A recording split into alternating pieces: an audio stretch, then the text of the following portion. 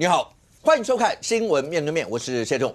来，一开始为你介绍今天要请到的特别来宾，左边第一位台北市议员林亮君，虎哥好，大家晚安。台北市议员苗博雅，大家好。前民众党中央委员张云山，虎哥好，大家好。右手边为你邀请到的台北市议员钟小平，大家好。资深媒体人邵逸夫，大家好。时事评论员黄一中老师，大家晚安。好，那你有没有感觉到一种氛围？当然，在这个礼拜我们讲这个礼拜非常非常重要，为什么？严押庭都在这个礼拜。那上个礼拜天的时候呢，你也看到，包括民众党帮柯 P 讨公道吧，不管你说是万圣节啦，大家要聊一些的鬼故事，所有的氛围3雨欲来风满楼。严押庭，尤其对柯文哲主席来讲的话，会不会真的要严押？但民众党这个地方，你也会发现，所有一切的氛围都在告诉你，如果真的严押，到底在哪里？查了2个月，你为什么查成这个样子？包括陈振他们说，是不是真的有一堆的鬼故事？你们都在编故事吗？好。周刊今天同样再继续往下，包括是不是还有其他的政治陷阱，很多这些问题。现在看起来的话，严押与否这件事情，两边都在积蓄所有的能量，接下来的爆发到底会是怎么样？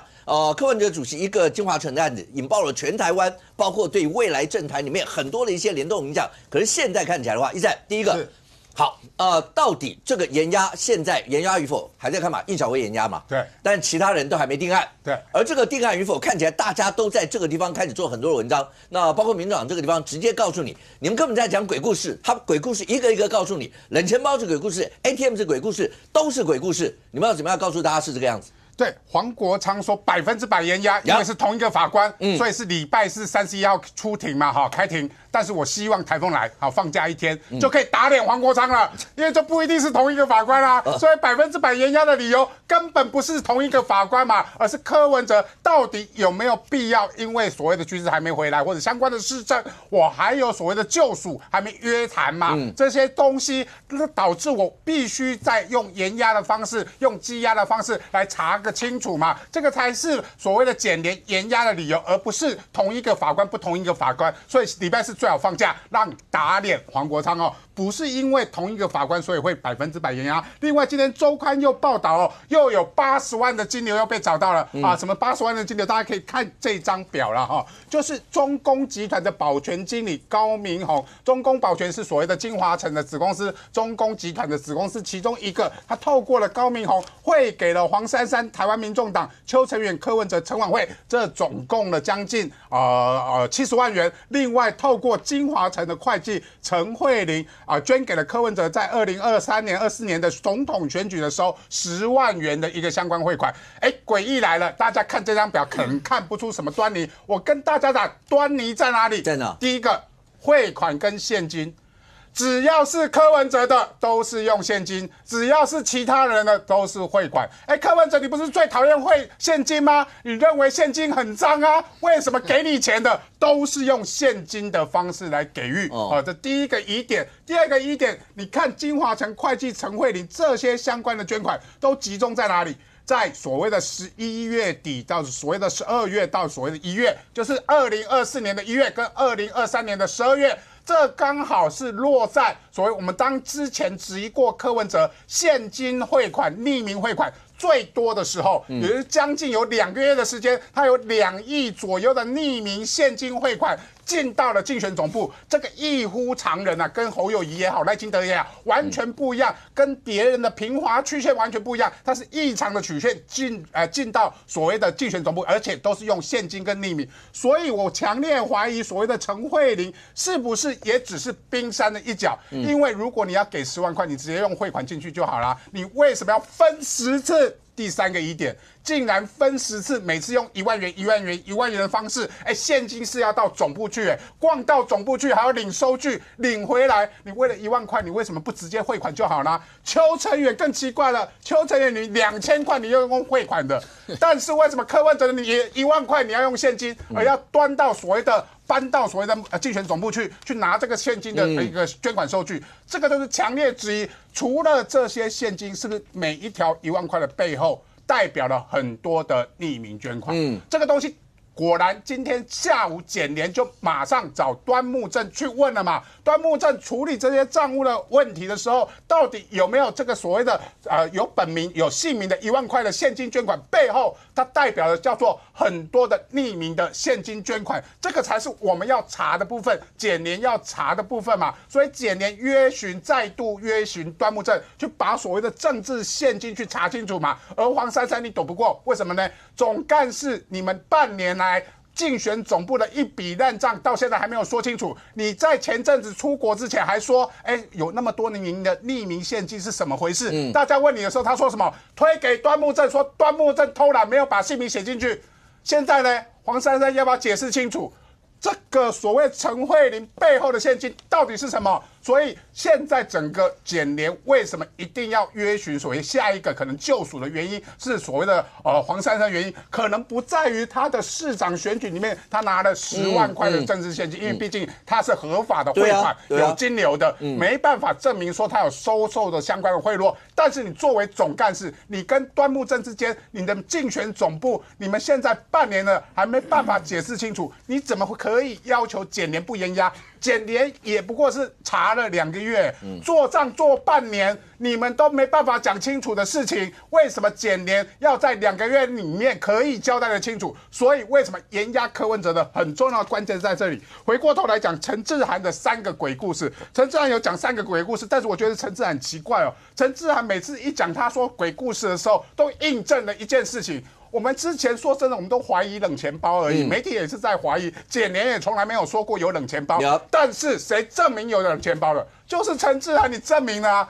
另外，所谓的第2个鬼故事，他说 ATM 洗钱ATM 洗钱，这个也是你跟陈佩琪开记者会，我们才慢慢的查出来说有1628万的不明财产的来源嘛，而这不明的财产来源，你们举证的那些相关来源的一个，我们都没办法采信嘛，因为那些实在太奇怪的一些钱，包含所谓的2018年选举的剩余款，我都说选举的剩余款还掉他的房贷的时候就已经不够了，为什么你还可以有210万的剩余款可以 ATM 滴存进去？这个是大家质疑的地方嘛。所以第2个鬼故事也是你陈志涵跟所谓的陈佩琪开了记者会之后，大家才知道有1628万。第3个鬼故事就橘子了。橘子他说他不是核心他只是倒茶的啦，只是谁不是核心？橘子他们说他有点吃醋，说吃醋说来上那个五哥的通告的时候，他只是递资料、倒茶水而已领通告费而已所有的事情是我陈志涵在处理的，稿子是我陈志涵在写的徐府递稿子给柯文哲的都是他们在做怎么会橘子是核心？我跟大家讲。橘子就是核心，因为我是前核心我叫做碰干，老的核心。行程秘书有多核心？我跟大家看。碰干橘子了。我是碰干老的橘子叫碰干老的不是风干，不是碰干，没那么好。风干福橘皮。风干对。好，行程管控规定就是行程秘书他们必须依照 SOP， 这是第1份 SOP 是我写的 SOP 的创始人在这里创始人之后，我管了2年的行程，管了2年的行程，改了10几个版本，不知道橘子后面有没有继续改啦。但是这个行程管控规定的第1份规定，重点来了，私人行程的部分，全部的行程只有谁看得到？柯医师、陈佩琪跟行程秘书看得到。所以你陈志涵还不知道柯文哲的所有行程的第1点。第2点，所有的私人行程必须设定私人模式，时间会框住。无标题给核定人员。什么叫无标题？我不让你知道是什么东西，所以叫无标题。所以陈志涵、柯文哲的私人行程你根本看不到。最后一点，所有柯文哲输入的私人行程为确定行程，就是最重要行程其他与他有抵触的都必须排开来。我就是负责那种排开来的，就是拍摄好，给他一杯当去，这种的是温来者。但是橘子有多大？橘子不只是所谓的行程秘书而已。今天媒体报道说，在所谓的 Google 的时间表单里面，竟然有写雅虎来接，而且不是从柯文哲的行程表单是从橘子的行程表单里面查到所谓的他跟沈清清见了2、3次面，而里面有写到雅虎来接，表示橘子在行程管控规定里面，所谓盖注的内容无标题显示给核定人员这件事情，它不只是没有标题，它甚至连跟沈庆京的细节都知道，因为是朱雅虎来接，那就来了。如果沈庆京、朱雅虎叫做朱雅虎是所谓的沈庆京的白手套，那么检联强烈怀疑橘子是不是柯文哲的白手套来做相关的对接嘛？所以当所谓的行贿收贿的主体沈庆京跟柯文哲都不认的时候，他当然要找朱雅虎跟所谓的陈子瑜、橘子来认嘛。所以为什么橘子本来是证人？说真的，本来他可能是提一个包包，里面是什么也不知道。他本来只要出来作证，什么时间点见过沈庆京，拿了什么东西就好了。但是如果没错，为什么不回来？所以他不敢回来，检联只好把他以所谓的本来是证人变成是所谓的共犯，变成所谓的被告，然后通缉，然后注销护照，希望他回来能够说明他跟朱雅虎之间是不是就是沈庆京跟柯文哲的白手套。不过现在看起来的话，一夫，我觉得问一下，橘子重不重要？重要啊，哦，重要啊！你看那个北检发出来的新闻稿里面说要严押柯文哲那一段，它上面写的是许姓重要关系人。我相信北检不会随便用这样的一个字词。重要关系人，第3段才是那一个通缉，转被告通缉。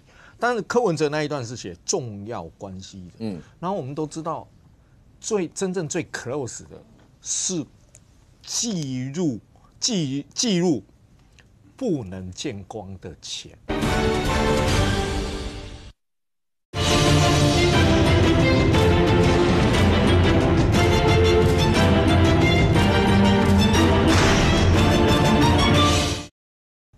真正最 close 的是记录不能见光的钱。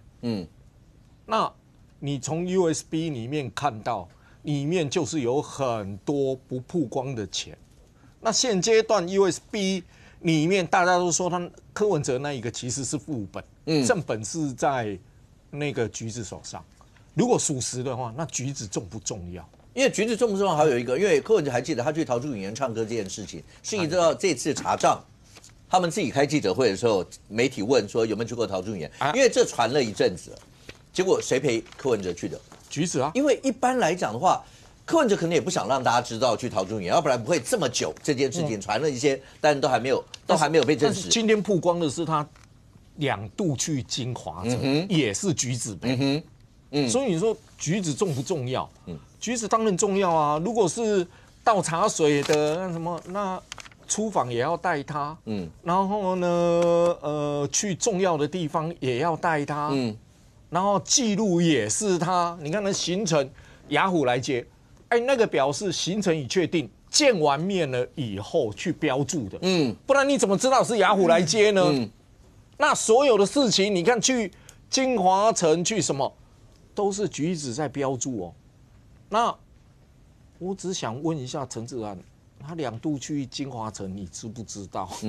这样相对来比，谁核心？谁真正的记录？谁的 USB 在记录一些账册的事情？那你说它不重要？当然重要啊，不然北检干嘛费尽心思希望他回来？当然是重要，不重要我还费尽心思干什么呢？那就不用了。因为我讲，一般老百姓他可能不是这么，一般民众他可能不是这么清楚所有的细节，但是人性的反应细节一定知道。就是如果你被冤枉的话，你应该讲话。是，那最起码橘子应该帮自己讲话，就觉得你们真的在编鬼故事，我哪有这么重要？我真的就是倒茶水的嘛，不行吗？但是3个礼拜橘子不讲话，我想所有的人都会觉得怪。就光这件事情就觉得怪。虽然我一直到现在，我从来不会讲橘子你一定涉及犯罪或什么，因为这是要检方去侦办，包括后面法院。可是这就是个怪嘛，你好歹帮自己申冤讲话，可是为什么要这么去淡化橘子的身份？民进党一直要去淡化橘子的身份，我觉得有什么好淡化的？橘子他到底扮演什么角色？这后面就查就知道了嘛。今天就这样，就雅虎来接，或是什么？今天媒体不是讲什么橘子的云端，它的云端什么行程被破解或什么？当然黄国章讲说，不是北检，你们现在那个大家都看得到很多的一些行程啊，中央党部大家都看得到。好，也许大家都看得到很多的行程，柯文哲桃竹女院行程，我不知道民众党中央党部看不看得到？看不到私人行程，我不知道这些行程看不看，谁要去看柯文哲一般的行程啊？所有人大家要看的，当然就不是那一般行程嘛。可是看起来，当橘子在卓冠廷那个案子，柯文哲告他的那个案子里面，他去作证说柯文哲跟所有的人吵架，或是有任何争执，他都知道。我不知道还有几个人会知道这件事情。我觉得知道的人应该不多了吧？因为你看桃竹影园里面去了几次，一次是北检基地台比对，对，算出来就是你出访的钱嘛。一次是他真承认的，就败选以后安慰的唱歌嘛。好，那如果今天周刊所写的那个云端的行程被破解，如果属实的话，我们知道他去了金华城嘛，我们只知道金华城的人到了市政府拜会那个柯文哲，我们知道柯文哲原来悄悄也去了几次嘛，不知道不知道那我就想问一句话，如果这些都还没出来的时候，我相信那一些上广播呢，上什么夫妻啊，会知道吗？真的只是倒茶水的吗？真正倒茶水可以贴身到这个地步吗？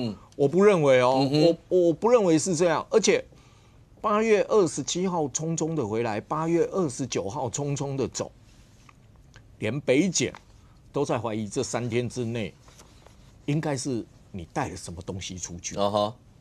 北检才会这么的在意你这3天里面已经知道你知道的事很多了。那这3天你匆匆的回来，匆匆的走，你到底带了什么东西出去？就这样讲白了，北方那个北检甚至于怀疑冷钱包是不是被带出去，是不是橘子带出去的？现在都在怀疑嘛。当然，你说检察官的怀疑是不是一定是属实？不一定，一定是怀疑以后我去求证嘛，我去查嘛。那怀疑橘子带走了，所以我希望橘子回来，如果真有，是不是把东西带回来嘛？这一定是这样，怀疑，然后求证，然后找证据。那我相信北检这些列为一个，把它特别抓出来，成立一个虚拟的端骨，这一些检察官真的是很笨吗？而且莫名其妙，陈文锦办完了案子以后被调过来，听说连非北检士林检的分检的，听说连主任检察官也是专门在这个办这个洗钱的，办那个虚拟货币的，拥有专业知识的，听说又调过去。那北检如果没有一定的资讯，干嘛拼命调这些懂区块链、懂这一个虚拟货币的人、加密货币的人，一直要往里面调呢？那如果没有这个东西，调这么多检察官干嘛？可是现在看起来，好，今天包括今天周刊，那里面也提到刚刚讲一些现金的一些的问题，那当然也点名了，包括像黄珊副市长在过程当中，可是那个金额跟那黄珊就直接出来回应，就告诉你说都是合法的一些东西，为什么这些要把它搞成这么神神秘秘的那种感觉就没有啊？他就直接出来这样一些回应。但是某种程度来讲的话，小平，如果你真的讲周刊5点左右出刊，黄珊8点左右反击，但这个反应一般来讲的话，我还觉得比较正常啊。我的意思就是说，虽然你说我为什么反应这么快，我当然反应要快啊，为什么不要快？就像我讲，橘子不讲话，你才觉得奇怪吧？我反应得快，就表示我觉得没有，我就是要跟你直球对决。其实直球对决就直接直球对决啊。这8点讲的都是废话，没有什么参考意义。我在你节目实问黄珊珊。来，好，第一个，黄珊珊说没说清楚的事，好不好？大家也就有解惑嘛，希望想了解。第一个，便当会之前，沈俊基为什么要到你副市长室见面？苏雅虎带去，很怪嘛。2020的时候去嘛，2021开始3场便当会，然后就轻舟已过万重山。第二点，便当会的主持人是你，3场都是你。请问主要是彭正生的业务，有公务副市长。请问彭正生前2场都不在，你凭什么跟柯文哲做决定？这第二个问题。第3个问题，便当会的内容讲出来嘛？你不是失忆啦，讲出来啊！ OK， 我是上穷碧落下黄泉，是硬逼着我去告，硬逼着检联去拿便当会的内容嘛。现在在他手上，便当会的内容里面，你又跟沈清清见面哦，在你办公室哦，而且是在便当会之前呢，在做铺排哦。便当会就是让那个假的那个112%的那个值111的20%违法容积嘛，那个杜根非杜根而用杜根嘛，内容大家想知道内容啊。你是灵魂人物，3党都是你办的，你讲一下嘛。第4点，黄珊珊为什么要收2018选议员要收中共20万？可是20万，他要讲一般政治现金，如果要合法现金也这样子啊。那别人他们还举了国民党也收，国民党也收，然后还有民党也有收。可是问题你们关系跟人家不一样啊，别人没做过副市长，别人没开过便当会啊，是不是？别人的哥哥不是黄曙光啊，搞清楚他。第5，黄珊珊为什么啊？第6个，黄珊珊有没有拿沈清清的现金？问号，好不好？这个挺检联查。第7个，黄珊珊总干事2024的账，你去监察院弄清楚了吗？根本就报不了嘛！每天推给端木正坏到极点，好不好？端木正会做账吗？看账就不错了。他1个月7万块，做账谁做的？我同意，有些可能不是全部你做，大部分是阿北弄下来烂摊子。你是总干事，你就难辞其咎嘛。那为什么你敢弄1.8亿9999，然后无名氏的账？这个无名氏是端木正能做的事情吗？当然是你总干事干这个事，你盖章你就要负责了，这是不是？然后。第8，我请问你，这个中共这个600亿的那个双子星的承包营造600亿，你有什么角色？是不是？第9，中共保全得标1.3亿。哦，现在我才知道黄珊珊也不只是跟金华城熟呢，有20万谁送给他？中共保全那么穷的公司还送20万给你，你跟中共保全有什么关系？当时的中共保全董事长叫朱雅虎，是朱雅虎，所以你跟朱雅虎的角色你也要弄清楚，好不好？所以朱雅虎不是跟你合作，捐你钱不是只有中华工程，不只是那个叫做金华的便当会，那朱雅虎也做主20万送给你。中共保全董事长朱雅虎，你跟朱雅那更密切，朱雅虎就等于是朱雅虎就是鼎悦，就是金华城，很清楚。最后一点问你了，鱼市场、北市科，你身为主管的副市长，你是什么角色？你盖了什么章？这个都要，这个疑问太多。你讲到8点，我们不想听，都陈腔滥调，你只会拿说那个绿的蓝的都有收，可你不一样嘛，你太核心了，便当会的主人。然后这个你跟沈清清接触，你跟易小薇接触，然后彭真正不在，你还跟柯文哲做了2项决定：一送入都委会；2就是 PM 第2场由黄锦茂担任，然后第3场彭真正说他没去，但我不相信，我相信他有去了。那决定彭振声决定他为 PM， 你是谁呀？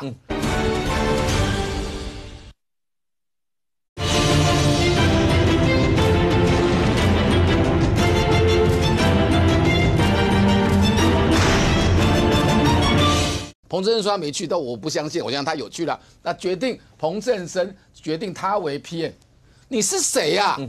你是什么你是什么副市长？彭振声是我要做 PM， 我做就好了，凭什么你是主持人，你跟柯文哲指定我做 PM， 我自己不会做啊？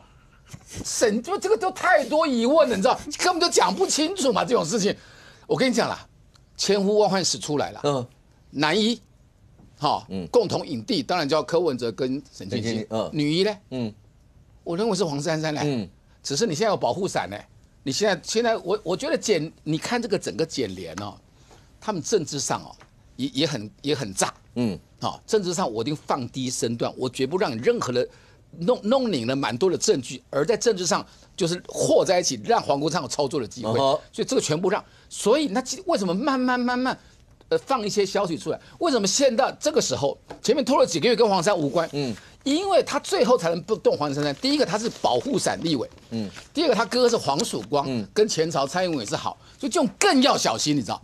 你随便一弄赖清德跟蔡英文又有心结，什么扯来扯去，浅见也不让他做，不让他主持等等，所以他很小心。任何事我全部礼遇，把费全部礼遇你，给你100分。不要任何一点让黄国昌有那个反弹的机会。那可是现在为什么还是放出黄珊珊的这些东西？因为他必须收拢了所有人的证词，对黄珊珊到不利的一定的程度，不管证人、被告，不管关系统管理的，才敢去传他。整个走的方向我看就是这样走了。OK， 当然今天黄珊委员在今天第一时间里面，他直接做了刚对小平口中觉得那个是了无新意的8点声明，可是他那8点声明里面大概也讲说那些都是合法的政治现金，都依照合法的申报，然后包括所有的过程，甚或连那个账，他讲说那些包括匿名账啊或者什么的，他说如果他看了，他也会觉得怎么会是这样，因为他选举这么多年，他也从来不曾出现这样一些的账号，可是所有这些包括小平刚才其他的一些的提问。那恐怕当然只有黄珊委员要直接看要能够怎么对口，要把这些东西，这真的有很多一些的问号在这里头吗？可是除了这个，你会最近发现，我讲两边都在酝酿的那个氛围，真的山雨欲来风满楼的感觉。包括礼拜天的时候，你可以看到整个包括冲总统府也有人喊，然后包括放人，而且是指名赖清德放人，所有这些词全部都出现在里面。黄国昌直接讲，他没有办法回应。他从18岁开始读法律，然后他没有办法回应陈佩琪问了一个问题，就如果证据确凿，你们为什么不干脆起诉他？干嘛一定还要压他？所有这些都在酝酿的那个氛围，就是放人，为什么不放人？可是现在看起来，所有这些在另外一方检联的所有的氛围酝酿，延压是不是？因为已经申请延压了，这个延压庭到最后开了以后，结果到底会是怎么样？亮君，你现在如果真的来看的话，包括各方之间在堆砌那样的一个氛围。梦到阿贝的也有了，然后对我也不知道为什么这时候梦到阿贝，梦到阿贝的也有，然后包括橘子的这个角色跟他家人之间的关系，因为你说他一点角色都没有也怪，因为他就是没有出身，而这中间包括刚讲到桃竹女人或什么这些，他确实扮演某种一定程度的一个角色，但是刚才讲的男一的2个角色，一个柯文哲，一个沈庆京，你很少，如果媒体这篇报道是你很少看到，包括我自己开庭。当事人的那些过程，你很少看到有被告直接呛检察官，就是如果整个这件事情结束以后，我就要去拍一个 Netflix， 然后把这个整个东西把它给弄出来。你很少看到有人讲神经就这样干啊。我看到的时候觉得，怎么真是创新的想法哈。但是呢，我觉得现在来看，第一个是橘子啦哈，真的，我之前在节目上就一直讲说，如果橘子真的是他跟这件事情完全没有关系的话，那其实他真的是应该要替自己出声。而且民众党现在如果真心，我想的是真心哦，如果他真心想要救柯文哲的话，应该要呼吁橘子尽快归国嘛。所以你看这个事件哦，这个徐子瑜被爆发出来之后，你看到民众党现在都去讲什么橘子是一个很单纯的人，他是帮忙倒茶水的，他怎么会说他是大账房？可是问题是，就没有任何一个人要叫他回来。因为你可以去想象嘛，如果是过去的民众党，他们真的是觉得这是一个无辜的年轻人的话，一定会叫他回来，不要受到这些司法或者是舆论的压力，拜托你回来然后大家还你清白，不要这样子一个人承受压力。我想以前的民众党，如果他们觉得公平正义要高喊的话，他们一定是这样。可是你看现在，反而是这种擦边球，就讲说没有啦，他不是那样的人，这样不是啦，但是都没有人要叫他回来，所以这件事情反而更令人起人疑窦。那再来，民众党现在党内，因为接下来12月有党代表的改选，所以我认为现在每一个人都在想说，谁可以演的最像真心救阿北。所以你看，不管是黄国昌，或者是林国成，或者是张启凯，或者是陈志汉、徐福等等的这些人，你看他们在台上高喊的这些口号，说要放人，然后柯文哲不能被牺牲，或者是如果这个检调再这样搞，我们就要冲总统府。这些每一个人都在比谁的情绪比较高，张力比较强，戏剧效果比较强，最能够深得这些小草的心。那所以可能在接下来，我认为啦，还是回到这个民众党他们自己的党内风暴。所以我觉得现在的这些活动都并不是真的要回到司法去论调说柯文哲在这个事情上面到底所谓是有罪还是无罪，而是回到了他们现在就是要去做竞选活动啦。我觉得他们现在造势活动其实就是党内民众党自己党内接下来谁要来接掌民众党的这个竞选活动哦。那刚刚我补充一下，刚刚这个小平哥有提到说这个社宅的这个保全问题哦，就是说这其实是一个很值得研究的，因为呢，《镜周刊》呢今天的新闻披露出来说，这个里面呢有中公保全的总经理捐了很多钱，他捐给台湾民众党，他也捐给黄珊珊。但是呢，我们可以看到说，其实中公保全他在过去，目前他是在台北市是社宅里面的保全公司物业管理公司但是这个是怎么样呢？这个要回溯到2021年的时候，当时柯文哲市府是自己提了一个案子到议会里面去讲说，在社宅的这些物业管理跟保全，原本是每一个社宅都是个别开标、个别招标，但是他们现在后来呢，当时决议就是把它拆成4区，东西南北4区下去标。那所以呢，当时其实就有很多议员质疑说，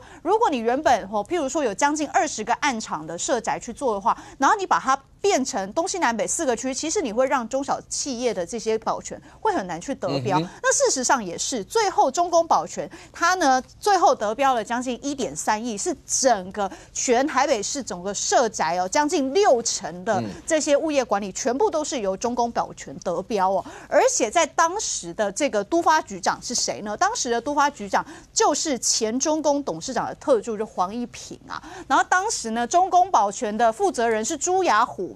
那所以全部都连起来了，然后你再看，在当时后来政治现金，中公保全捐了这么多到台湾民众党，捐了这么多给黄珊珊，这是不是又是另外一个有可能有对价关系的问题？因为其实呢，依照政治现金法里面政治现金法里面其实也有相关的提到就是说，政治献金法第7条第1项第2款里面也有提到说，如果呢你在这个工程采购呢是这个比较巨额的，是不得来去捐赠的哈，就是说。政治团体或拟参选人是不得收受这样子的一个公司的这个捐款，所以包含说，你看劳务采购如果是新台币2000万元，就会认定是巨额。那你看到说我刚刚提到的中公保全的部分，它其实已经得到1.3亿了，所以已经是巨额中的巨额，已经是非常大了。所以这个会不会在政治现金上面也有问题？那会不会在这个案子上面会不会也有所谓的对价关系？这可能又是这个案外案啦。但总而言之，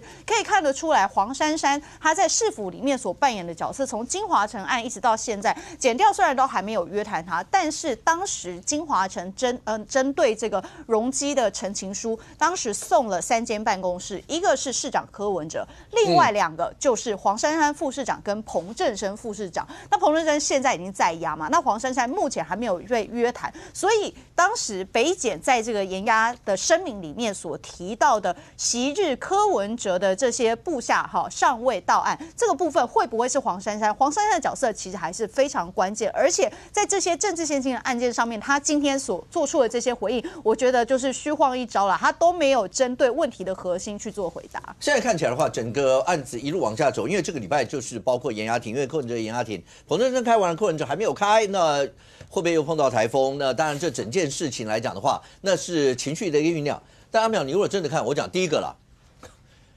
周刊今天这一篇的报道，我说实话，你开庭，如果你是他的辩护律师，你会不会捏一把冷汗？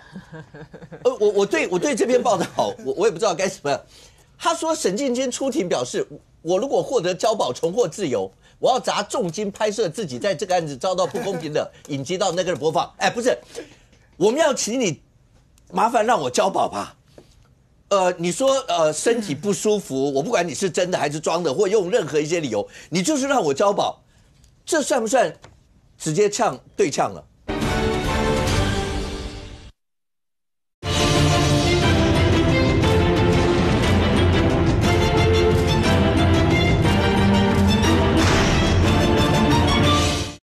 身体不舒服，我不管你是真的还是装的，或用任何一些理由，你就是让我交保，这算不算直接对呛了？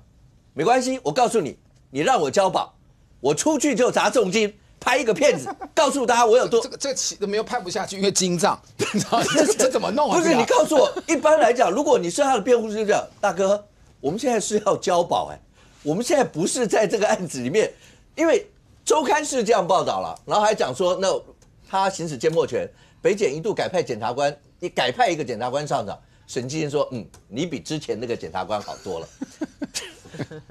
这些是周刊的报道，好不好？那我也只能说，那这跟一般比较起来，好像你大概不太会这样干吧？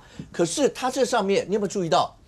你只要常看我们的节目，包括我请义父也跟大家解释过，媒体人在看待这些，他用的是上下引号哦，他用的都是上下引号哦，义父，他用的是上下引号哦，表示在那个过程当中，这些词是有原文的词的感觉哦。好，我尊重这个报道，好不好？那这里面刚就讲到雅虎来接这些，而且到现在为止，我一直到现在那个1500，我还是用1500，我到现在都还没有1500万，大家没有？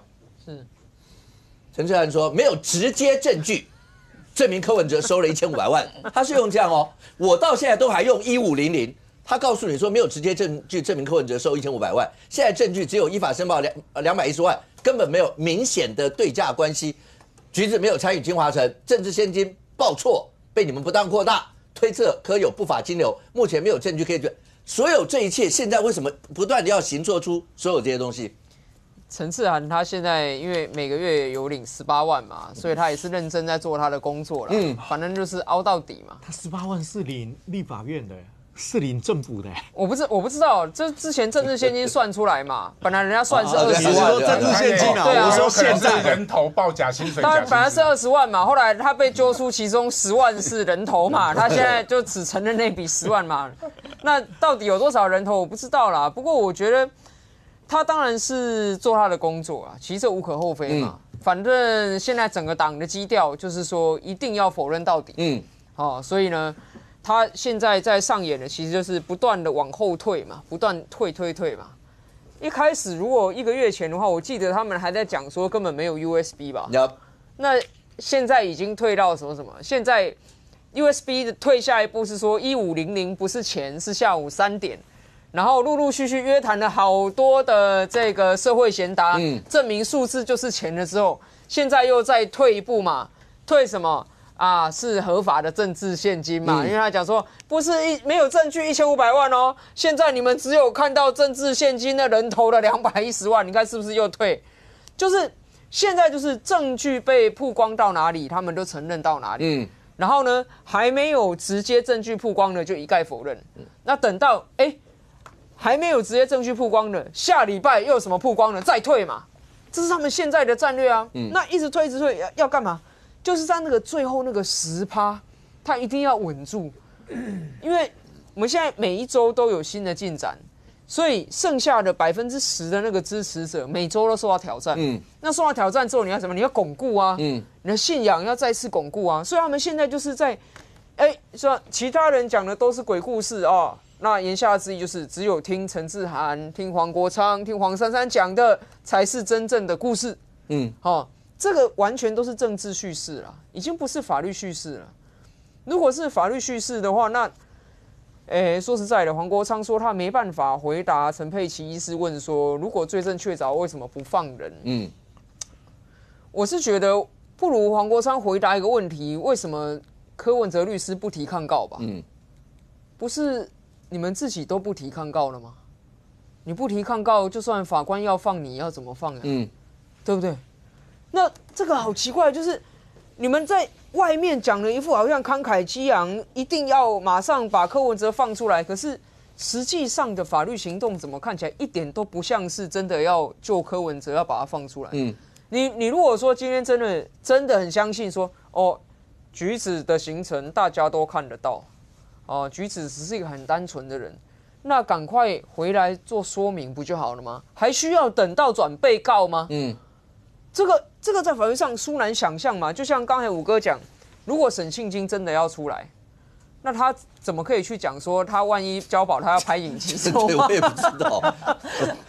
检察官看到他讲这个，一定高兴死啦，记名笔录啊。然后呢说，延押庭的时候说，法官你看看这个被告这样讲哦，他已经呛瞎了哦。如果交保的话，案情恐将晦暗不明，更难查个清楚嘛。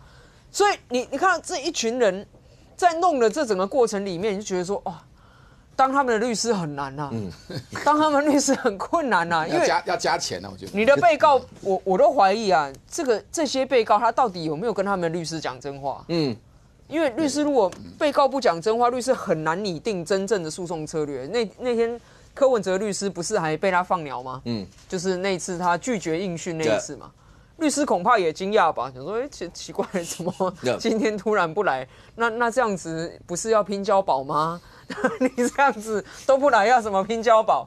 所以整个过程里面，我所看到的是，他们已经是完全放弃跟一般人跟中间选民说明了。今天陈志涵不是来说剪掉《镜周刊》全部都是鬼故事，怎么样呢？可是对于大多数台北市民来说，真正的鬼故事是什么？真正的鬼故事是金华城怎么花个40万修路，弄80几个充电车位，认养个小公园，就有100亿的楼地板啊？这才是鬼故事吧？那这个故事到现在，这个党说清楚吗？好像还没吧。事实上，阿北出不出来，我觉得他们已经不是最关切。甚至这个案子哦，到最后反正起诉有罪或无罪，反正只要是不利的结果，一律4个字：司法迫害。这样子大喊下去，一路啊，这台车啊，就是要载着那10%的那个支持者，那个民调啊，要开往下一站跟国民党喊价的地方。那至于真心想要救柯文哲，比如说陈佩琪好了，那我觉得他倒是应该要静下心来，冷静去看看为什么在法律上面，现在围绕在柯文哲旁边的这群人全部都在走，让柯文哲会在里面越来越久的这条路啊。现在看起来的话，一中。除了刚刚讲这些，包括跟法律、跟现在浮上台面看得到的东西以外，所有的氛围、精神层面，还有政治层面，是不是味道越来越浓？当礼拜天的时候，你看到那整个集会里面，冲总统府的，对，告诉你说阿贝说他自己可以牺牲，但是民众党不能被牺牲，然后告诉你说，只有战死，没有投降，类似这样一些词。当对，有人梦到了阿贝。这个时候梦到阿贝，然后包括后来还有接下来再往下讲的是，为什么要由摄影师去拍阿贝上铐那个画面，感慨良多，未来一定会还他清白。我相信你可以希望阿贝清白，你也可以相信他的清白，但这时候留下所有这些画面，是为了要在这时候这样子用吗？包括柯妈妈相信儿子的清白，一定有一天会还他公道，类似所有这些词，它都不是法律词，对，但是在精神层面，在政治层面。未来它的效果会很大吧？不，他现在没办法跟你讲司法嘛，那司法的证据就摆在前面，历历在目，所以他现在只能在那个每一个集会里面不断的去巩固，就是所谓的精神层面，让这些快要失温的小草不要失温，大家抱在一起取暖，说阿北不会走，阿北都跟我们与精神同在，阿北肉体在里面，精神跟我们在外面，他们只能用这样的方式。可是问题是越来越多的证据，而且这些证据都来自于你们内部的人出来讲。你讲敌人就在本能室，是你们自己本能室在那边放火，不是外面在帮你放火。所以有2个人也是他们之前曾经他们的幕僚跳出来讲，一个是那个竹北当过他们民众党竹北县党部执行长的林冠霖，林冠霖说他说柯文哲现在都很喜欢用那种职务捐去找了5个人帮忙募款。那为什么他会知道这件事呢？因为前一阵子检调调查的其中一个证人是他林冠霖的朋友，他朋友跟他说就是衰啦，他说他当初只是听柯文哲的话去帮忙募款。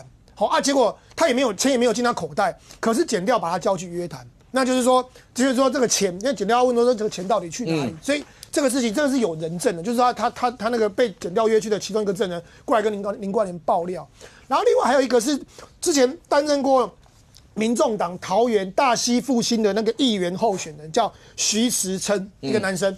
他也出来讲，他说他2022年那时候选议员的时候啊，他跟邱佩玲跟赖香伶，因为赖香伶那时候是选那个桃园市长，邱佩玲就是大家知道是募款的高手，所以他跟邱佩玲跟那个市长候选人赖香伶呢，他们曾经在拜访桃园金阁跟美琪企业，然后在这个拜访过程中呢，就是说虽然没有明讲要募款，但是他说邱佩玲私下跟那个议员讲说，他说自己很欣赏赖香伶，所以要帮赖香伶募款，议员，可是这个议员自己至少他说。伊无收到钱，你讲当初是我议员，你是市长候选人去跟企业募款嘛？讲到要赞助嘛？至少徐时琛他说他没有收到1毛钱。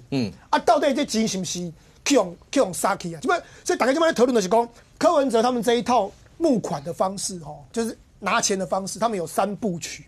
第一个就是创党，柯文哲2019年8月6号创党以后，他们哀公一波金，所以给你2020年的时候，不是去跟吃便当的时候给哀公一波金，所以就是说希望大家抖内到民众党，所以才有那个朱雅虎找了7个人抖内到那个民众党210万，就是这是，所以民众党一直抓说这是合法的政治献金，你们那边讲什么讲？对，这边是台面上的，问题是他们没有去解释的是台面下。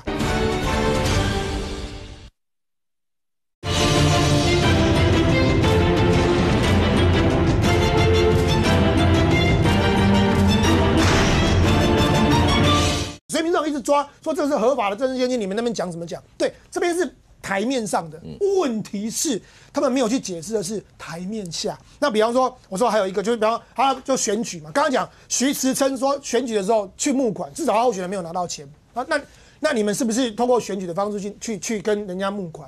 那另外一个连装潢费都要跟人家拿，博弈大亨嘛，也改天注记有300嘛，那这简直说这300万的是柯文哲那时候台玻大楼那个办公室的装潢费，蛮喜欢特300。我现在回答国昌老师一个问题，他说他从18岁开始学法律，是他没办法回答陈佩琪的问题。你可以回答，我可以回答。我觉得他就是问他只要问一个人就可以回答这个些。你等于问干嘛嘛？在那个大阪的干嘛橘子嘛？你就请他回来就好。为什么他一个年纪轻轻的要在8月27号回来台湾，8月9号飞到日本以后，从此不回台湾，然后检调也透过各种管道去请他回来，死不回来。然后现在一般发不通气了，人也不知道在哪里。回来说明有那么难吗？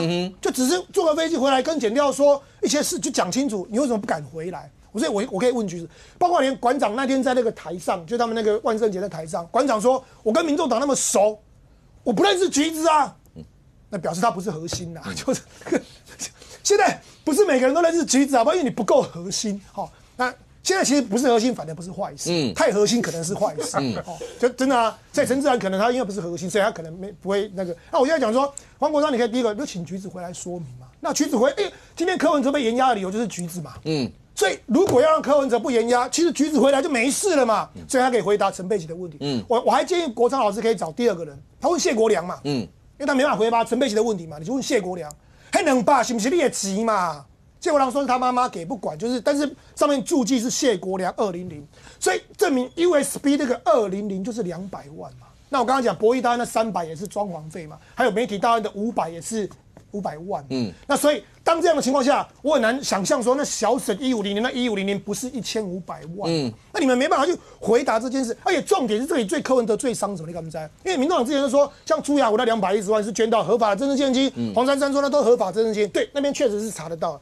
重点在于谢国良的200万是柯文哲私下拿钱，然后讲那么白吗？他把钱拿走了。他并没有给民众党嘛？你如果说是民众党的钱，你可以捐到民众党去，我就闭嘴嘛。你私下拿了谢国良的200万嘛？这件事情你没办法去解释。孝哥，你知道为什么这件事情其实对民众党重伤？我们来分析人数。民众党柯文哲被羁押以后，第一次他们办了大型集会，就是在济南路那一场，那一场我现场也在。那一场当然我自己估是5000人，但民众党说他们有2万人，我的2万人。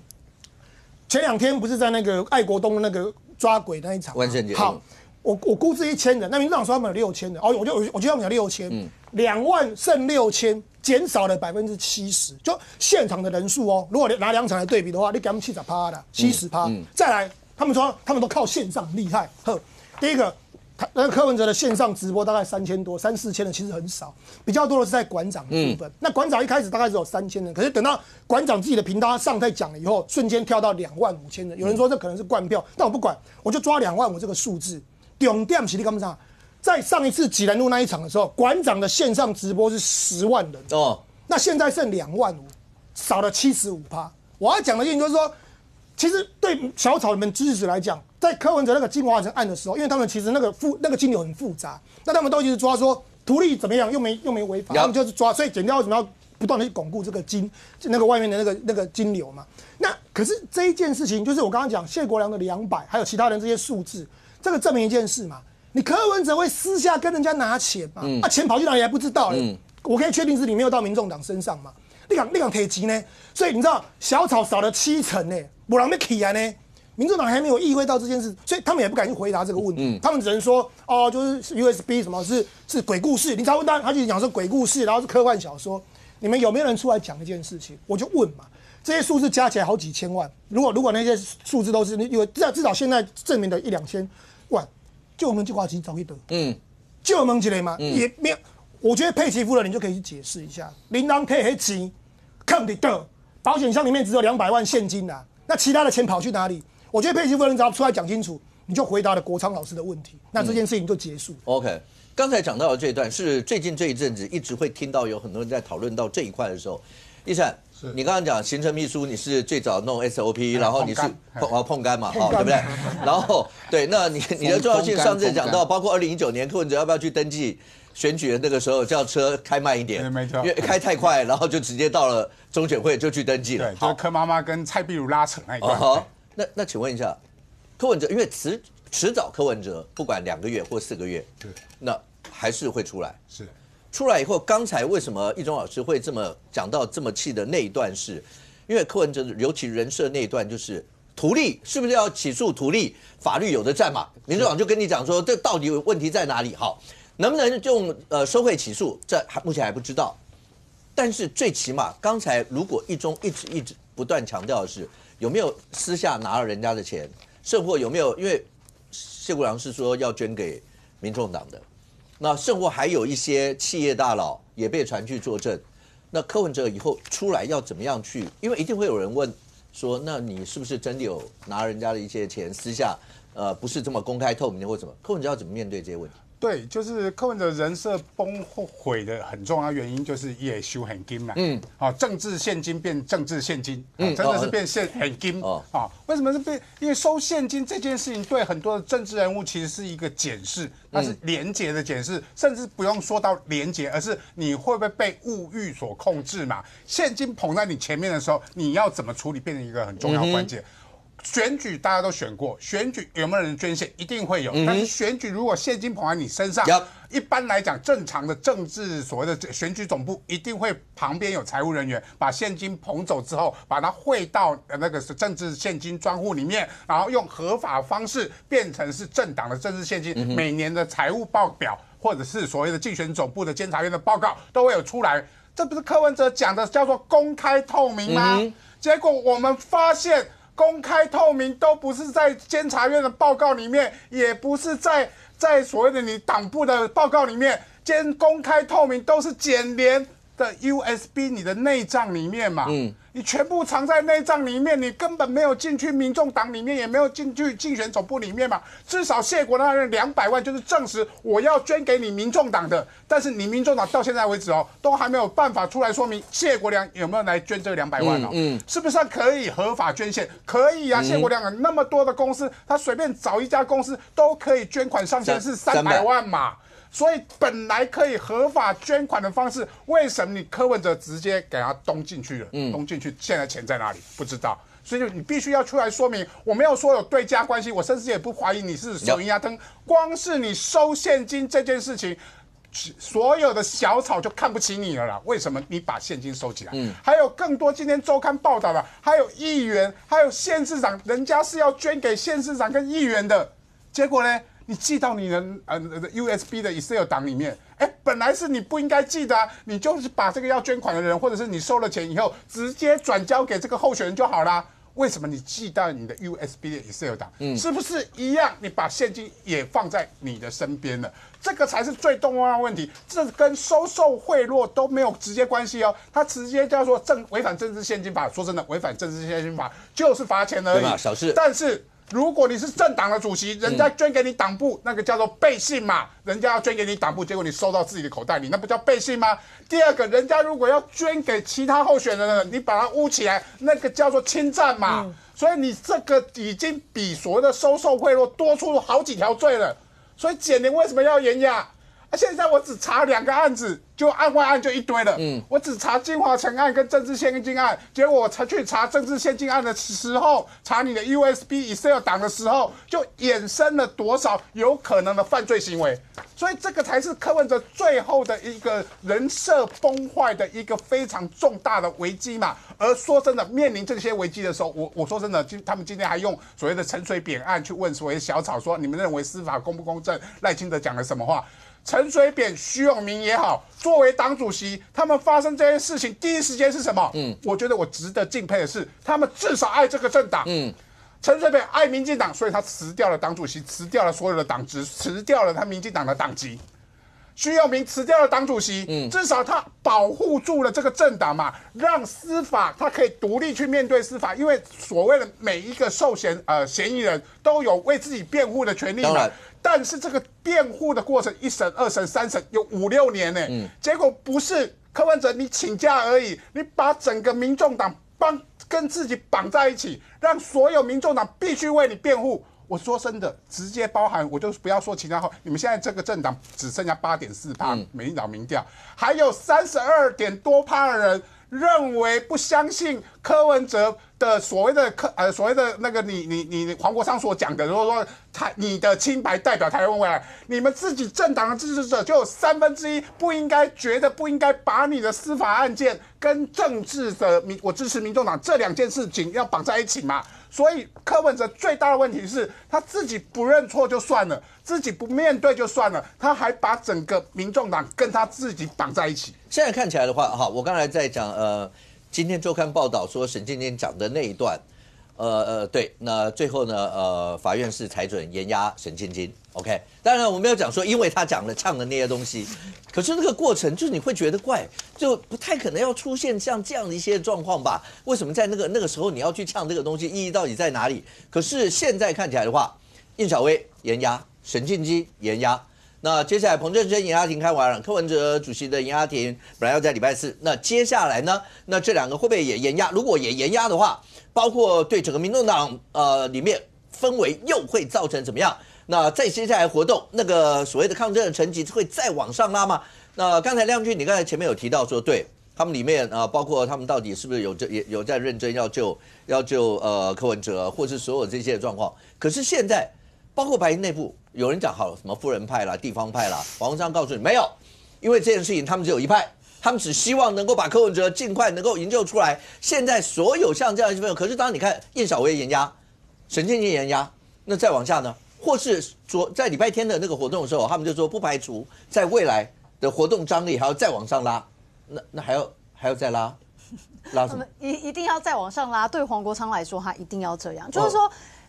为什么那一天就已经讲到说要冲总统府了嘛，对不对？林国成讲的。那但是后来呢，接下来看他们会不会有进一步的行动？可是我觉得这还是回归到大家社会观感上面，就会觉得说，怎么会一个党，然后针对这个党内有人涉及到这个不法情事，没有办法好好的用8个字来解决，哪8个字？就是勿枉勿纵司法厘清清白，厘清真相，就这样，这8个字就可以解决了。那为什么这个政党他一定要这样？因为这个政党从以前我们大家就一直讲，就是台湾民众党它就是一人政党。如果这些所有在这个政党里面的人真的为了这个政党好的话，其实应该就是让检调好好的在司法层面的部分去厘清。那民众党回归到不管是你在国会也好，在地方议会也好，你们的这些民意代表或这些你们的政策主张继续去推行，那司法的部分就让司法去厘清，那这个政党它才会继续往前走。你不要跟柯文哲的这个生死存亡绑在一起嘛，否则一人政党绝对是很快就会消失的。然后他们不知道吗？你讲说不要跟那个柯文哲生死存亡绑在一起，对，他们难道不知道吗？所以我就要说，为什么黄国昌他现在要一直把他跟柯文哲连在一起？因为我认为这是接下来黄国昌想要把台湾民众党变成他的一人政党。对，因为接下来你可以看说过去嘛，过去在时代力量里面，其实他的做法也都非常强势啊。这个我们都经验分享，特别有感觉。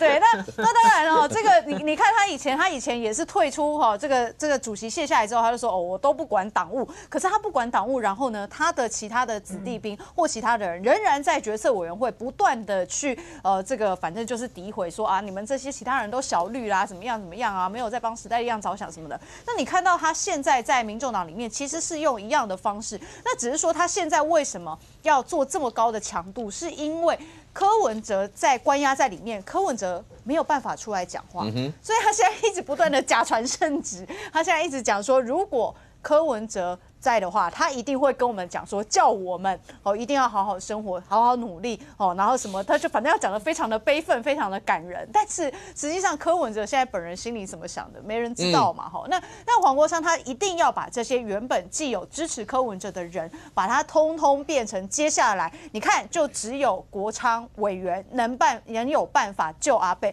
只有国昌委员是真心的想要把柯文哲救出来，那这些人他才能去接收这些所谓过去支持柯文哲的这些小草，那接下来是什么？接下来就是他自己个人的政治规划了。那我认为这其实大家之前都有在传嘛，不管是说他要去挑战新北，或者是他要到这个目前新竹是民众党执政，那所以其实这都是他接下来的政治能量的蓄积。那你可以看到说，那其他人呢？其他立法委员，你看到林国成林国成当然他常常都会失言啦那这个至于说他在政治上面有什么想法，我不知道，但是因为林国成从以前他在亲民党的时候，他在议会里面，当时柯文哲还没创立台湾民众党的时候，他就一直非常的支持柯文哲，所以这个部分我认为这就是林国成的个人想法。那但是黄国昌现在所在做的事，就是要把台湾民众党全盘吃下来。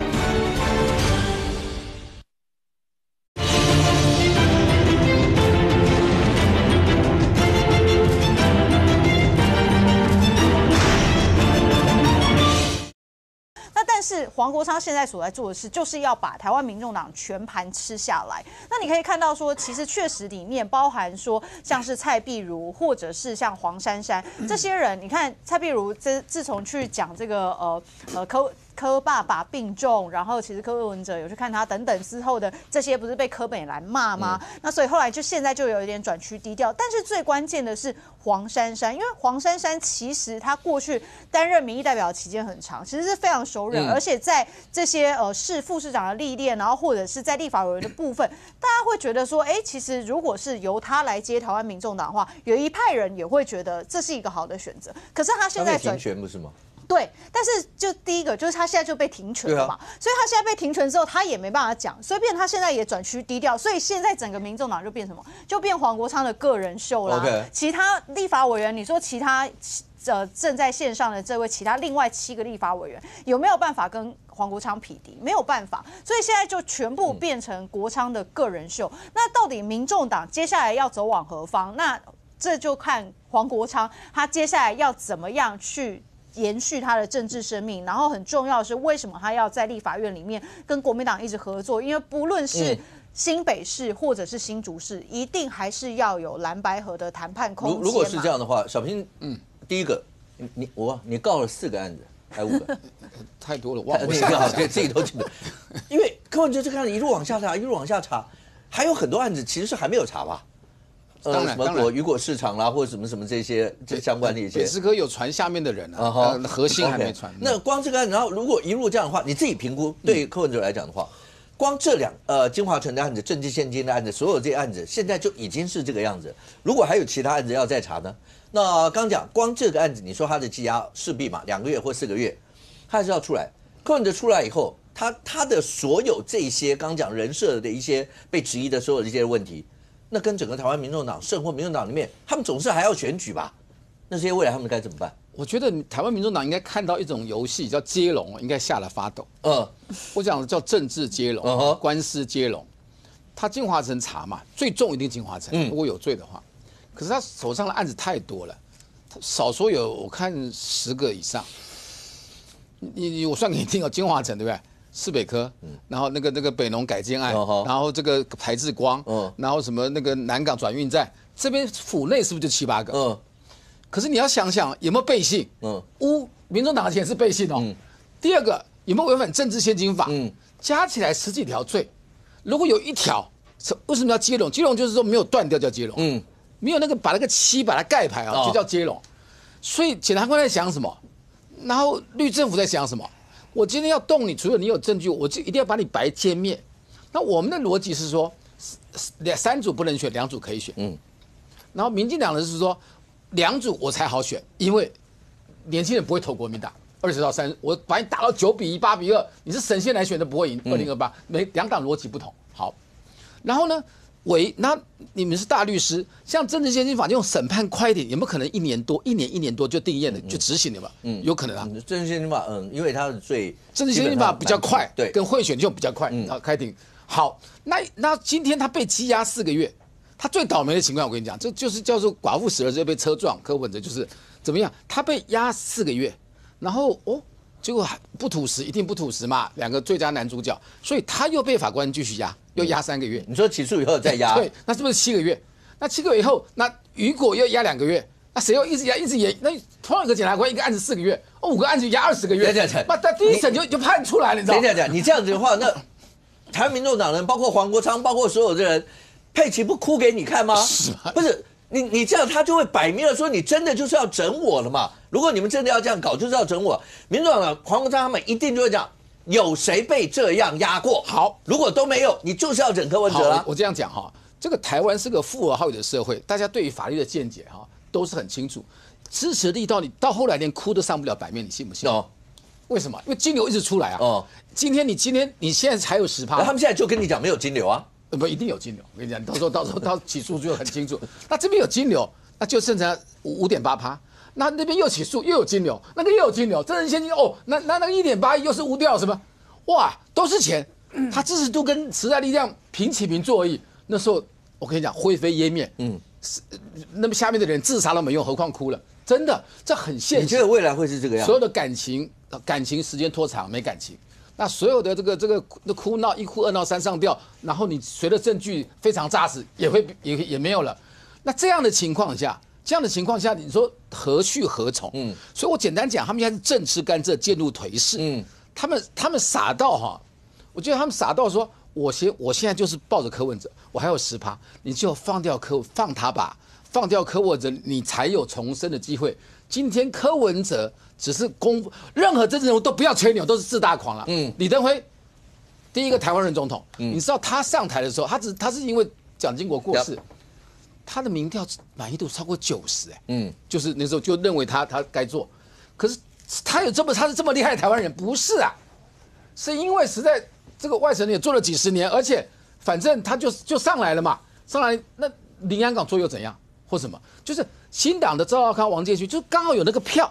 就刚好有那个，你知道，就是很多人认为总该台湾人做总统了。第一个，那新党认为说反台独、反李登辉有这个票，那这些蓝绿之外，28是我讨厌死的蓝绿，不是阿北厉害，阿北根本就我认为是个很弱的政治人物，阿北哪里厉害啊？我不认为阿北很厉害，因为他是一个没有思想的家伙。你知道？好，那你今天你还有20，重新打烂。你还记不记得阿扁贪污的时候，民进党惨不惨？有人说哦，国民党做到死，民进党不可能再举20年爬不起来。20年，对啊，那多久爬起来？8年呢。那他奋力一击很重要，就是当谢长廷跟苏贞昌都跑了，这个党负债1.8亿，那傻傻的蔡英文扛起来了，然后突然做了总统了。我讲重点是什么？重点就是蓝绿随时可能会轮替，这是40对40的政党，28是打死不投蓝绿的，有这些票，这些不是投阿北，我跟你讲。是阿北攻逢其胜而已。OK， 所以只要搞清楚这个状况，他们头脑是不清楚的。这些民众党这些人，如果你要讲这一段的话，因为阿苗，这第3势力在台湾这个空间，就是28。这一次阿北的事情，有很多人会讲说，他会伤了很多，包括第3势力在政坛的发展，很多的年轻人第一次的热情都投入到那个地方，但是现在看起来是不是跟当初的想象会不太一样？这些，当黄国昌讲说阿北跟他讲那段话，说他无保请会的时候，说柯文哲可以牺牲。民众党不能牺牲，感觉上就是不要在乎我个人，要把这第3势力延续下去。这个说法基本上是非常伟大的一个说法，只是你再往下看的时候，显然大家就是跟这个想法是不太一样的，大家就是要绑在一起，会变成这样。为什么？这个黄国昌他的政治性格，我想亮君当然也很了解，我们大家都看很久了。事实上，讲到第3势力或是新本土政党，其实支持就。刚刚小平说20%了，我很谢谢小平说这个第3势力基本上有这么大。现在我大概认为10到20啊，10到20。要领袖才有20，你可以这样讲哈。在这样一群选民有一个共通的个性，我觉得他是一个期待啦，就是觉得说，蓝绿好像对于这些选民来说都不够好，他找个更好的。那什么叫做更好的？过去台湾民主化这30年来，这些选民觉得说，蓝绿啊好像冲突性太强了。很多时候大家都讲啊，你们蓝绿啊这样子斗下去的话，国家都很难前进，经常在原地打转嘛。就是因为有这样子的不满，所以柯文哲你要记得哦，倒带回去10年前看他崛起的时候，他打的是什么？要和解共生。他不是选台北市长还讲一句说啊，我们有不同的过去，但是我们共同的未来，这张义善帮他设计的这样子的一个说辞嘛。他是在打出那种说我们好像是。和解共生之后，国家新未来的印象。对不起，我插一句话，你讲到这个，我才想到，还记得那个时候为了是选前还是选后，我忘了，因为姚立苗老师那时候不是做他的总干事，我还记得后来讲说，他们2个人一起去看了一个823是823还是什么的一个影片，那个就代表和解共生的，因为他是什么墨绿嘛，家里面228的那个受难家属嘛。那姚老师是外省人的这什么什么，那一幕是要告诉大家讲说，台湾一定要被搞成这样吗？我说实话，这些过程当中，那些的铺陈确实会让有很多人心里面会有共鸣。所以他才85万票嘛， Yeah 所以他才在台北市，他可以突破这个所谓蓝绿的高墙。但是你要看现在他走向什么状况呢？黄国昌的斗性比蓝绿都还高。如果大家看就知道了。你如果你觉得蓝绿恶斗很讨厌，你现在看黄国昌是不是他比蓝绿更爱斗？是不是更会斗？我不敢讲。而且这么小的党还这么爱斗。蓝绿好歹也各40%嘛。你看，以前呢，人家讲说阿扁有3段论。冲突、妥协、进步，这是阿扁从政以来的这3段论，那也让民进党一路从这个1986年创党，后来阿扁就政党轮替嘛。可是黄国昌的3段论是冲突，他永远只有冲突。那不管人家给他搭什么台阶，不管人家给他做什么桥，或是制度上有什么样的设计，不管他就是绝对跟你冲突到底。那这样的个性会怎么样呢？我觉得他就是走极端了啦。你看哦，现在有网友，我就以大法官这件事情。有网友就把他抓出来啊，说2016年，你看他怎么讲呢？这些2016年当时蔡总统提名的大法官黄国昌直接写，我会欣然投下赞成票，哇，支持到不行啊。然后呢，这个谢明阳老师跟蔡宗珍老师啊，不好意思，这个都是台大法律老师，所以我叫他们老师了哈。这也是时代力量党团一致同意的。当时黄国昌在投大法官的时候，他是说完全站在非常支持的这一方。可是现在呢？他完全又走另外一边哦，从极端走到另外一个极端，说啊，你们这些通通都绿色。然后他已经全然切割昨日的黄国昌了，不然昨日的黄国昌你也是绿色吗？你不是自己也是选出这样子的大法官？当初你是有审查权的立法委员嘛？所以你看他可以从2016年当时的一端光谱一端，2024年现在已经马上无痛华丽转身到完全是另外一端。对他来说，没有所谓的中间值，也没有所谓的共生方案，没有所谓的共存共荣这件事情。当然，你说哦，这个风格啊，很受到他的支持者喜爱，因为他的支持者也许是喜欢这种所谓的酷吏风范。其实柯文哲以前他讲说他是雍正的时候，他也是想要营造这种形象嘛，因为说啊六亲不认，好每天他讲过什么批奏章批到吐血。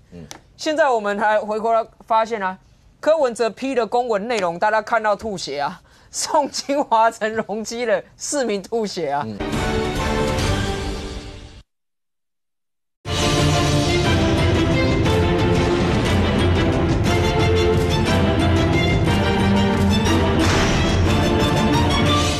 柯文哲批的公文内容，大家看到吐血啊！宋清华成容积了市民吐血啊！对不对？所以我觉得黄国昌他现在走的这样子的一个路线，其实就是。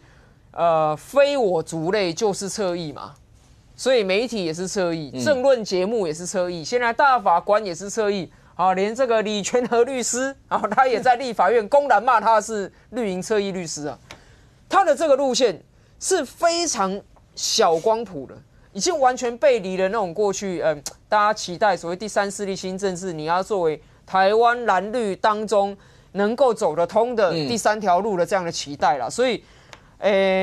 我是不知道柯文哲到底跟他交代多少事情啊，但是唯一可以确定的是说，他的新政治或者是第三势力的这个路线，照他这个路线极端的走下去的话，是绝对走不通，只会变成一个极端化的小党。叶夫，请问一下，现在很多一些的民调会在做说，包括你觉得柯文哲清白与否啦，或是台湾司法的公正与否这些。我今天看到一个是民众党也有委托民调公司做一份民调。这一仗是在打柯文哲个人，或是在打民众党的未来，还是再讲严肃一点，是在打台湾司法公正与否的未来吗？没有，是在打这个柯文哲的羁押庭、严押庭。好，当然那一份民调里面，当然他很闪烁的在问啊，他就问你台湾司法公不公正啊，台湾检察官起诉公不公正啊。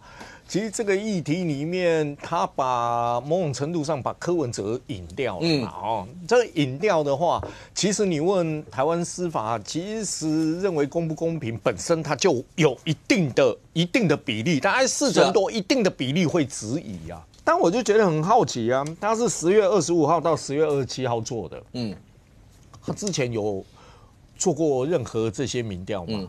没有他刚好就在延押庭前做，延押庭前公布，这你要给法官极度的压力吗？我觉得也没有，因为回过头来看，也是今天公布了美丽岛的民调吧，他是10月22号到24号做的嘛。其实你注意看啊，他做的题目蛮有趣的，他是用黄国昌那一句话，就是他的题目是有人说他没有用黄国昌说啦，说什么柯文哲的清白就是台湾人民为人的清白，你认不认同怎么样？嘿，将近80%不认同18.7%认同然后我就看是说他的问项不一样，但是你回过头来，之前美丽岛做的是什么？信任柯文哲跟不相信柯文哲，66%多不相信，然后23%相信。那一次做对民众党的好感度是22%，反感度是我记得好像63%还60出头。那他们这一次做的时候，民众党的好感度上升了，反感度下限只剩下50几但是你相对对柯文哲代表清白、代表台湾未来不认同的将近于80%呢。那换言之是什么？你从这一个我比较主观的推估，现在民众党是大于柯文哲，不是柯文哲大于民众党。你可以看得出来，其实柯文哲在社会的角度上面，随着 USB 里面的有一些出来，比如说谢国良说200万捐给党。黄崇仁说我没捐钱我用劳务纠纷、劳务那个契约给木格，至少有2个人是公开出来讲的。说就有2个人公开出来公开所以有很多人是在等起诉书。2个人公开讲，当2个人公开去说，周刊写的是回应到周刊写的是对，尤其是那个黄崇仁、立金他们的那个发言人说那个周刊写的都是事实没有新的东西。我们不会再讲话，直接参考周刊。那2个人说，然后你就去回想之前约谈的多少人，传出来的金额。那只要100件里面，大家都说那个都没有人说，当事人都没有出来证实怎么样，只要有2个证实为真，大家就会推估，对，北检真的约谈他们了。那也应该为真，所以不用等我的意思就是说，因为有很多人是在等起诉书，因为连黄国昌总召都说柯文哲一定会被起诉嘛。那一般来讲的话，那检方起诉他只是用什么罪名？起诉书出来，检方也一定要说服所有的人，我为什么要起诉？势必要把最近这一阵，除了刚刚义夫讲说有2个是自己出来证明的，证明呢没有出来证明的，一定要在那里面罗列出来，让大家知道。当那些如果是真的都被罗列出来的时候，我不知道那接下来那个冲击会有多大。完了就可以去问黄国昌就问黄国昌说，应该倒过来讲，列了这么多人，几十个，没有一个说是假的。当然，只是我们没有办法去单纯用一个传闻去，因为他们不跟你讲司法，因为他们不敢跟你谈证据。因为谢国良讲了嘛，黄崇仁讲了嘛，最少就至少2个嘛。那你今天拿着。你真的去问那个黄国昌说，那200万要给党的，结果没有进党的钱，那柯文哲是党主席，是不是背信？以你的法律背景来说，是不是已经涉及背信？因为他是党主席。那钱应该进党而没进党，是不是侵占？你看黄国昌要不要打？黄国昌打不打这个问题？好，那这所有这些事情，可是你看到所有的在支持度和各方面来看的话，来年轻人，对，小草，其实我觉得大部分支持的小草是可爱的，他们就是觉得他们的信仰，或是他们觉得柯文哲还是可以，或是民众党的很多一些政治人物，还可以代表他们在台湾希望争取的理想嘛。对。可是，一般来看的话，大家都说年轻那一群，尤其20到29，是一直是最铁的一块。现在呢？我们现在看民众党的，这是美丽岛电子报所做的民众党的好感度。这里面呢，其实所有的年龄层啊，对民众党的好感度，唯一有好感度大于反感度的，只有20到29岁。这个20到29岁，他的好感度是39.6%。反感度是36.5%，就是有略赢一点点。那可是过了20到29以后啊，从30到39开始就一路那个反感度是一路递增。30到39的反感度是43.8%，40到49 54%，50到59 65%，60岁以上70% 以上，而且如老如推亚赢了。那我要讲的是，民众党在调年轻人这一边呢、除了民调上看得出来以外，有时候我们在实地的游行上看得更准。前2天不是同志大游行，小弟也有去嘛，大家都有去嘛，大家亮君他们都知道，民众党有去呢，民众党其实都不报名同志游行，然后就被四杀猫盯上，所以这一次他们被盯到说，虽然没有报名同志游行，他为了选择要跟年轻人站在一起，18万人报载说有18万人在街头嘛，数字我不知道，但10万人以上绝对有。民众党有去啊，你看，民众党去开记者会哦，2点的时候开了一个记者会在这里，你看这里哪里怪怪的？为什么开记者会有一群警察包着他们啦？四杀猫说有20个警察包围着民众党开记者会，但他们在里面嘛，看来对嘛，他们要诉求嘛。可悲耶！那个同志游行是基本上是个嘉年华会，大家去过都知道，很欢乐的，那是一个非常充满喜乐的地方。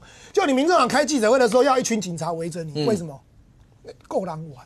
你知道现场那些年轻人看到民众党的眼神之鄙视，没有人过去跟他们拍照啊，他都是那种就是远远的看到，就是就那一群，然后就指指点点，就是说那个，反而在那个同志游行里面最红的是谁？是扮柯文哲囚服的那个最红，所以你可以想象那个现场年轻人多讨厌民众党，所以这里面就是为什么民众党叫够狼玩？其实就是因为你们的态度嘛。柯文哲过去在同志游行，他最早说，好像表面上年轻人以为柯文哲是支持同志，结果他说他不表态。同志投票的时候，那个同婚投票他说他不表态，后来他自己坦诚说他投反对票。你都已经选择这个了，为什么柯文哲后来这样？可能是跟他的意识形态，或是跟他周遭的有关系。可我这边最讽刺的是什么？你知道吗？国昌老师，他常常说他没办法回答问题，我这边也可以请国昌老师回答这个问题。这个是今年国昌老师上的一个节目，在那个友台。左边这一位是毛家庆，现在是民众党的大将。前2天那个万圣节 party 的那个万圣节的活动，他也有去挺柯文哲的大将。那你说这2张照片有多么讽刺，你知道吗？你知道毛家庆当年是2017年。带头罢免黄国昌在汐止的安定力量的。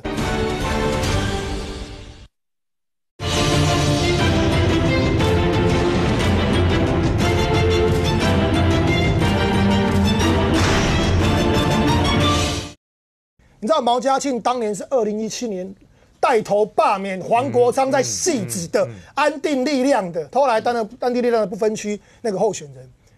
这个当年带头罢免你的在汐止，2017年的时候，现在你们2个可以这样子相谈甚欢，然后现在都在民众党的麾下，我很感慨啦。因为2017年反黄国昌罢免的小弟就是因为那时候等于是我是挺同的嘛，那安定力量是反同的嘛，他们要罢免黄国昌，我当然不管怎么样也是一定是站在国昌那边，而且是我去很多次，我汐止那时候汐止啦、金山啦、瑞芳啦。我只差贡寮没去，基本上我们家早就在做啊。为什么？因为这是一个信念。除了我那时候跟黄国昌交情不错以外，我觉得是信念。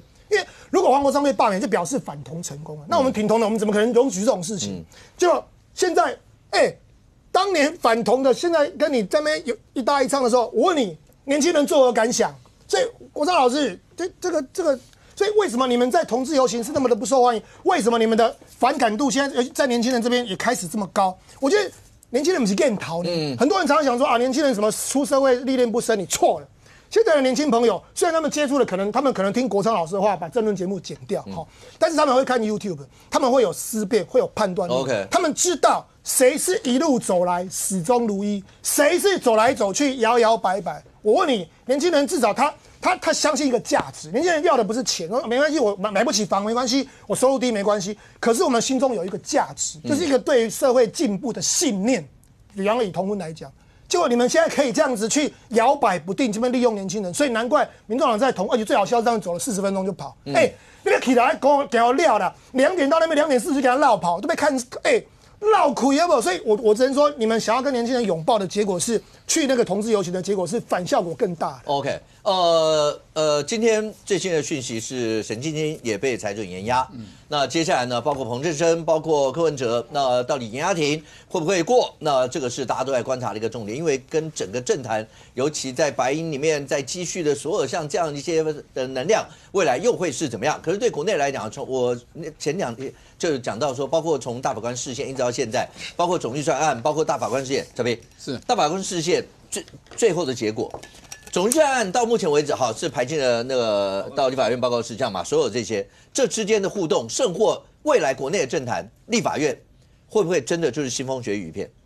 一定是啊，最后的时候啊，这个召见2个人，我跟林金杰都是立委候选人。那这2席啊，如果过的话，他就相对朱立伦就稳定多，只是可惜这2席都没过啊。然后没过的话，相对这个陈超明、高金素梅这些票就更重要，那8席也重要。如果国民党单独过半，那就是55就好了，至少陈超明跟高金素梅就57。好，那就是数人头嘛。好，那我先讲这个大法官这条哈，大法官这条就是领袖要有方向感。一个是跟着副总召很辛苦的跟着黄国昌走，他们想追求一个实质，立刻把民进党打死，就是加起来60几对51嘛。这个态势先不谈内容，这2个都是让这个白跟蓝受伤极重，蓝一度民调掉到少10几，少民进党10几%，而现在追到剩下3-5%，慢慢追，因为我们牌还是大，慢慢好就恢复这些元气。然后我先讲这个大法官哈，就是我觉得2个党都过头了，我们的过头是我们是被人家牵着鼻子走，而最后办那些事情要罚10万干嘛等等，弄到你民调掉。就是不对嘛，两头皆输嘛，面子就是你民调掉，里子最后别人就赢了嘛。好，那当然做了也就做了好，那可是你认为赖清德有放过我们吗？赖清德更严重严重到什么事？什么叫总统？是最高领导人在中华民国，对吧？而且政治强人，因为你没有人可以得600、500万票当选，那是最强的人，任何人比不上他。好，当我们很多项被判违宪。他也违宪，你知道吗？总统哪一个？请问这个条文出来，后来被判违宪，你只要立法院跟立法院柯总召出来对付，就叫做这个副总召跟这个黄总召打赢就赢了嘛，结果还是一样。可是他不是，他也在搞政治，他一次把他打死，他叫立法院出来，总统府还提案，考试院提案，全部提案。你今天你有个独一无二的权利，你要珍惜你的强人位置，你的云端位置，他是有院际调和权哦，总统只有这个人用。你不仅不调和，你就找那个嘛，找柯总召去跟韩国瑜谈嘛，韩国瑜并没有像副总召跟黄总召那么坚持修这个事情。好，你把全部打围打死国民党党团，打死民众党党团，这个不是违宪，总统做到拉下来跟这些人院长级平起平坐。这是国家的悲哀，这会出事的，这就是气度的问题。这第一句话，第二句话是什么呢？第二句话就是回到这个总预算复委，为什么到第6次才复委？没有这个韩院长会不会复委？挡了6次，程序委员会终于到还没有确定复委哦。好，假设复委，好，还没有确定复委哦。那如果复委的话，好，如果复委，然后就。韩国瑜在培养，韩国瑜还是有选总统的大志。OK， 他一直在修自己往中间修，他的好感度也提高10几%。所以你说韩国瑜就在做1-2届立法院长就退休，我认为不是这样。政治现实他的民调在往上走。OK， 好，有一点威胁到卢市长。好，在党内，我在党内的泛蓝这一块。好，那他会不会让他过？我认为会，他会努力让他过。我是韩院长。然后为什么第6次？最后国民党敢不敢让他不过？也不敢。当然，因为像我就会第一个跳出来反对。为什么？我是台北市议员，我要忠于我台北市的预算，今年变了2000万，1100万是中央补助款，2000亿，1100亿是中央补助款，就补助你600预算，那550每年的我们的那个首都的那个分配款嘛哈，所以他下一步你再不让的话，他会用地方包围中央，因为我10几个县市是我们本党在做，那一定跟中央跟立法院党团有严重的冲突，所以他等于解消这个危机的韩院长，所以这2个案子我们看起来哈，政党还是往中间走，还是要有方向感，这个党才能够壮大了。我的看法这样。不过现在看起来，梁军国民党不是要开国际记者会？对啊，就是现在国民党反正针对违宪的部分，他就说还要开国际记者会，要让世界知道说台湾的这个执政党多离谱，然后大法官有多离谱哦。但我觉得其实会贻笑大方啦，因为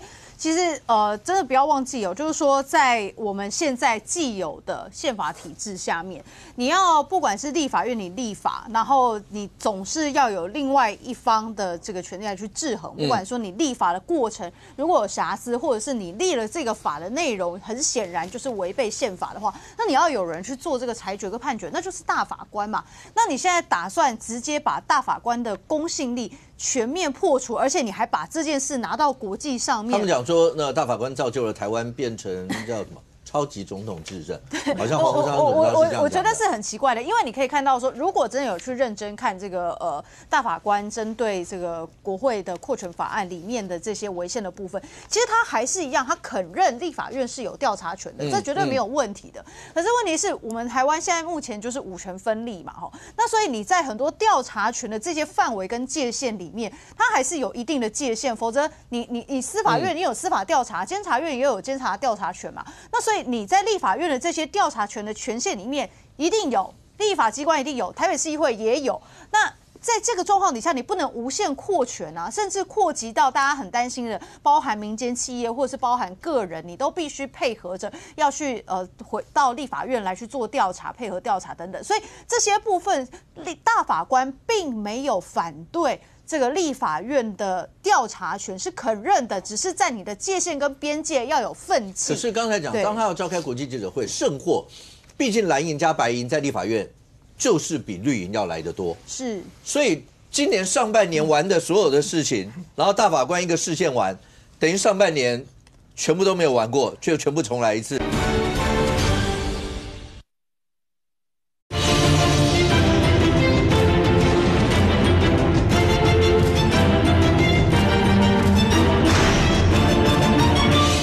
立法机关一定有，台北市议会也有。那在这个状况底下，你不能无限扩权啊，甚至扩及到大家很担心的，包含民间企业或是包含个人，你都必须配合着要去回到立法院来去做调查，配合调查等等。所以这些部分，大法官并没有反对。这个立法院的调查权是肯认的，只是在你的界限跟边界要有分歧。可是刚才讲，当他要召开国际记者会，胜货，毕竟蓝营加白营在立法院就是比绿营要来得多。是，所以今年上半年玩的所有的事情，然后大法官一个释宪完，等于上半年全部都没有玩过，却全部重来一次。那小平刚才讲，那个腥风血雨就是这个样子啊。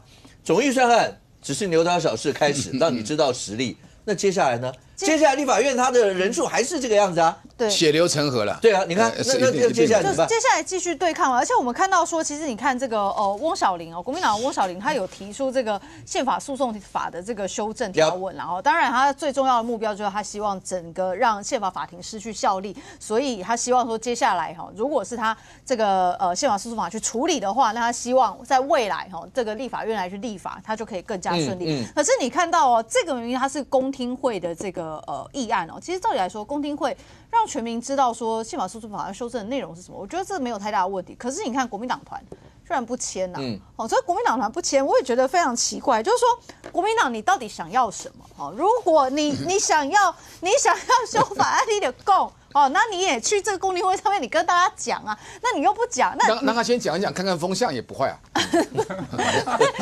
那很明所以这个国民党的中小委员就来不及了，那不是翁小玲委员提的。对呀，他的一直在讲嘛，翁小玲一直在讲啊，对啊。